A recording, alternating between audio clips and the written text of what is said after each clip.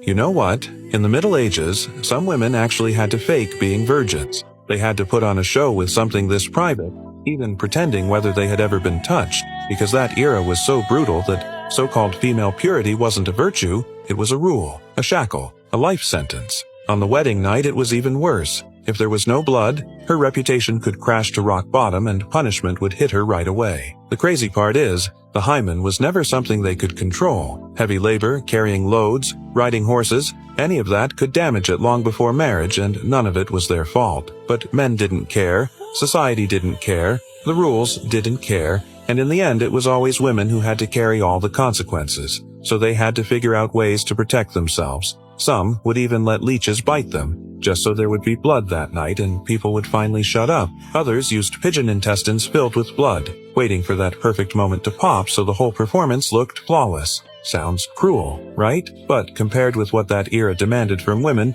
these were actually the softer options. The real cruelty was a society that pushed them this far, pushed them to the point where even the truth of their own bodies had to be hidden, guarded, and paid for with pain. They weren't trying to trick anyone. They were just trying to stay alive. While the world kept tightening its grip on their voices, their bodies, and their future, they were holding on with the very last bit of strength they had.